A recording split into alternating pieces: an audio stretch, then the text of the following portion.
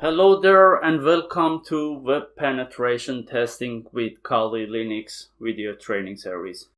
My name is Rasul Ghaznavizadeh and I will be with you for the rest of this training. Just a little bit background about myself. My name is Rasul Ghaznavizadeh. I'm a security expert since 1999 and my main area of work is information security architect, risk management, penetration testing, and I am from Sydney, Australia. Let's start with the course overview.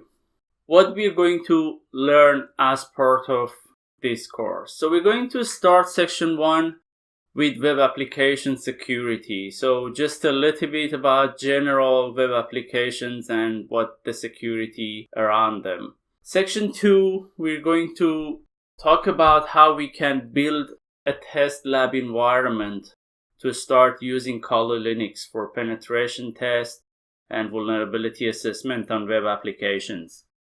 Section 3, we're going to specifically talk about web application vulnerabilities, top 10 OS vulnerabilities and what they are, and basically talk a little bit in general about vulnerabilities around web applications.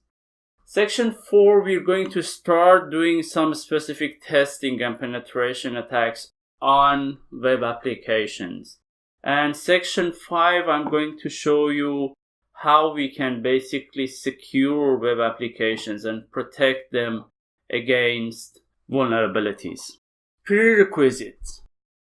You basically need to have some level of understanding of TCP/IP. That's fundamental for any networking type, IT type course, and this is not any different. You obviously need to understand basics of TCP/IP, what is IP version 4, what are the DNS and how web applications work, what are the servers and clients and how they communicate on the network. You need to have some basic understanding of Linux and shell and how you basically run Linux shell commands. You need to have some knowledge around Windows, VirtualBox, and networking. And you need to have some basic knowledge about web applications and what they are and how they work.